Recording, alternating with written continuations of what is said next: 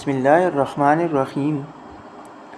دربار کی شان و شوکت دیکھنے والی تھی کہ تخت تھا، اس پر فارس کا شہنشاہ کیسرا بڑے دبدبے سے بیٹھا ہوا تھا۔ اس زمانے میں سلطنت فارس ایک بڑی اور جنگی طاقت تھی، اور یہاں کا بادشاہ کیسری پرویز ایک خود پسند، مغرور اور ظالم شخص تھا۔ وہ خود سورج کا بیٹا کہلاتا تھا، کیونکہ فارسی سورج کو پوجتے ہیں۔ جو بھی شخص کیسرا کے پاس آتا پہلے اسے سجدہ کیا کرتا۔ آج اس کے پاس عرب سے ایک ایلچی آیا تھا، مگر یہ کیسا ایلچی تھا؟ نہ تو اس نے کیسرا کو سجدہ کیا اور نہ ہی اس کی شان و شوکت ایلچی کو مرعوب کر سکی۔ کیسرا کے ماتھے پر پڑے بل یہ کہہ رہے تھے کہ اسے اس ایلچی کی یہ بات پسند نہیں آئی تھی، مگر وہ ایلچی کیسرا کو کس طرح سجدہ کر سکتا تھا؟ وہ مسلمان تھا، ایک خدا کے آگے جھکنے والا جو زمین و آسمان، زندگی اور موت کا مالک ہے، جس کے حکم پر سورج آسمان چلتا ہے۔ اس خدا کو ماننے والا سورج کو پوجنے والے کے آگے کس طرح جھک سکتا ہے؟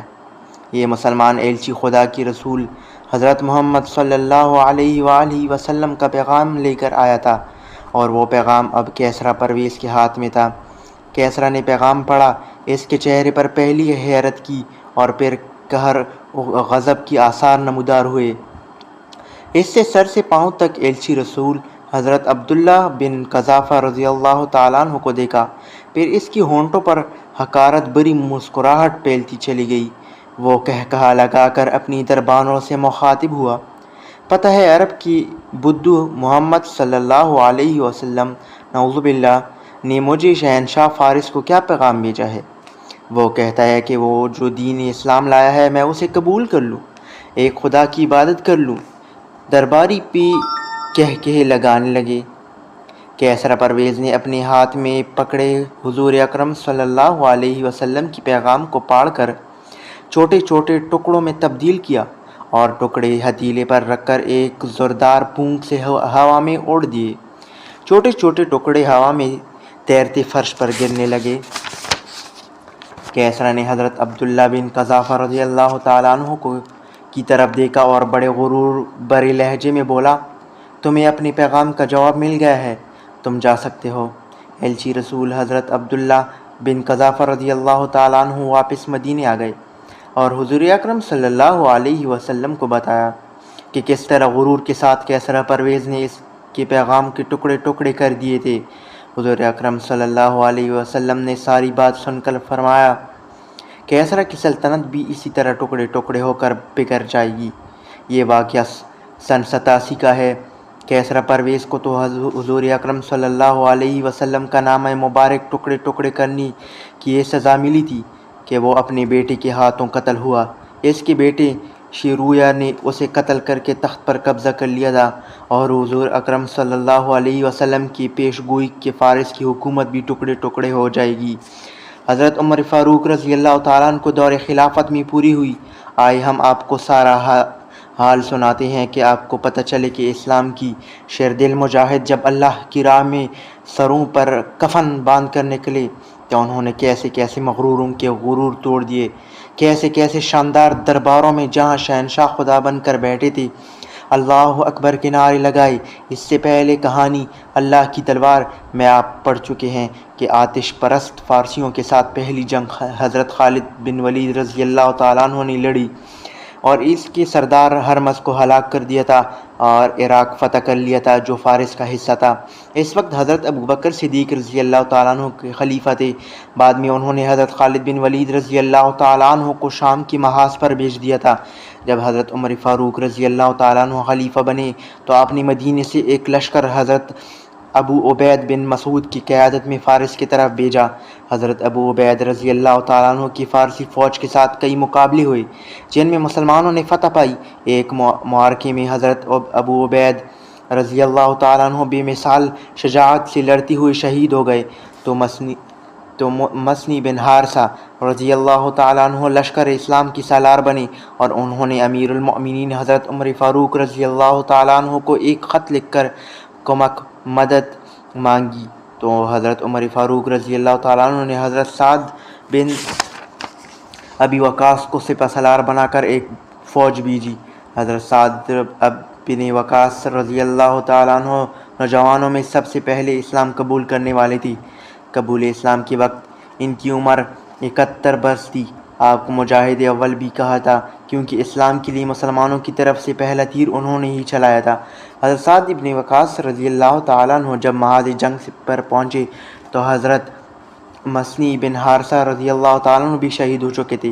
اس وقت فارس کا شہنشاہ یزوگرد تھا اور فارسی فوج کا سالار رستم تھا، جس کے متعلق کہا جاتا ہے کہ طاقت کا دوسرا نام ہے، جس کی بہادری کی داستانیں پوری فارس میں پھیلی ہوئی تھی اور جس نے کبھی کسی میدان میں شکست نہ کھائی تھی۔ اب یہی رستم مسلمانوں کے مقابلے پر تھا۔ لڑائی سے پہلے رستم نے اپنا ایلچی حضرت سعد بن ابی وقاص رضی اللہ تعالیٰ عنہ کے پاس بھیجا۔ وہ کسی کو بات چیت کے لیے بھیجے۔ جواب میں حضرت رباعی بن عمر گئے رضی اللہ تعالیٰ عنہ، سرخ و سفید چہرہ، منہ پر داڑھی، ماتھے پر سجدوں کا نشان، موٹے کپڑے، تلوار پر چڑچڑاتی لپٹے ہوئے، سب فارسی انہیں دیکھ کر دنگ رہ گئے۔ حضرت رباعی رضی اللہ تعالیٰ عنہ رستم کے دربار کی شان و شوکت سے ذرا مرعوب نہ ہوئے اور وہ بے دھڑک رستم کے سامنے جا کھڑے ہوئے۔ حضرت رباعی رضی اللہ تعالیٰ عنہ نے ہاتھ میں برچی پکڑ رکھی تھی۔ رستم کے سامنے کھڑے ہو کر انہوں نے برچی زور سے زمین میں ماری اور برچی زمین پر بچھا قالین کاٹتی ہوئی زمین میں دھنس گئی۔ رستم نے حقارت بھری نظروں سے انہیں دیکھا اور کہا، کیا لینے آئے ہو؟ تم ہمارے ملک میں اسلام، جزیے یا تلوار میں سے جو چاہو قبول کر لو۔ حضرت رباعی رضی اللہ تعالیٰ نے دلیری سے جواب دیا۔ رستم کا ایک جرنیل اٹھا اور چڑھتی لپٹتی تلوار کو ہاتھ لگا کر بولا، تم ان ہتھیاروں سے فارس کو فتح کرنے کا خواب دیکھ رہے ہو؟ حضرت رباعی رضی اللہ تعالیٰ عنہ نے اس پیرتی سے تلوار نکال کر سونت لی۔ جب سب حیران ہو گئے۔ حضرت رباعی رضی اللہ تعالیٰ عنہ نے کہا، تم میں سے جو یہ سمجھتا ہے کہ وہ تلوار کا دہنی ہے تو اسے کہو اٹھے اور میرے مقابلے پر آئے، پھر میں تمہیں جواب دوں گا کہ اس تلوار سے فارس فتح ہو سکتا ہے یا نہیں۔ کوئی حضرت رباعی رضی اللہ تعالیٰ عنہ کے سامنے نہ آیا اور حضرت رباعی رضی اللہ تعالیٰ عنہ واپس چلے آئے۔ چند دن بعد رستم کا ایک اور ایلچی آ پہنچا کہ کسی کو بات چیت کے لیے بھیجا جائے۔ حضرت سعد بن ابی وقاص رضی اللہ تعالیٰ عنہ حیران تھے کہ رستم مقابلہ کرنے کے بجائے ایلچی بھیج کر اور بلوا کر وقت کیوں ضائع کر رہا ہے۔ بہرحال انہوں نے حضرت مغیرہ رضی اللہ تعالیٰ عنہ کو بھیجا اور کہا کہ رستم سے کہہ دینا کہ میرے بعد کوئی اور ایلچی نہیں آئے گا۔ حضرت مغیرہ رضی اللہ تعالیٰ عنہ رستم کے پاس پہنچے۔ وہی شاہانہ دربار تھا۔ حضرت مغیرہ رضی اللہ تعالیٰ عنہ نے کہا، اے رستم، تم اس سے پہلے بھی ہمارا ایلچی آ چکا ہے، تمہیں معلوم ہے کہ ہم کیا چاہتے ہیں؟ ایک بار پھر بتاؤ۔ رستم نے کہا، میں تمہیں اسلام قبول کرنے کی دعوت دیتا ہوں۔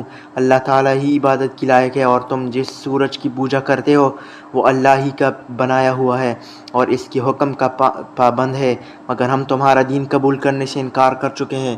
رستم نے کہا، تو پھر جزیہ دو۔ حضرت مغیرہ رضی اللہ تعالیٰ عنہ بولے، ایسا تو نہیں ہو سکتا۔ رستم نے جواب دیا۔ حضرت مغیرہ رضی اللہ تعالیٰ عنہ نے یہ سن کر تلوار کے دستے پر ہاتھ رکھ کر کہا، تو پھر تمہارے درمیان فیصلہ تلوار سے ہوگا۔ رستم یہ سن کر غصے سے آگ بگولا ہو گئے۔ تخت سے اٹھ کر چلایا، تمہیں میری طاقت کا اندازہ نہیں، میں کل سارے عرب کو تباہ و برباد کر دوں گا اگر اللہ نے ایسا چاہا تو۔ حضرت مغیرہ رضی اللہ تعالیٰ نے کہا، اگر اللہ نے نہ چاہا تو بھی؟ رستم بڑے غرور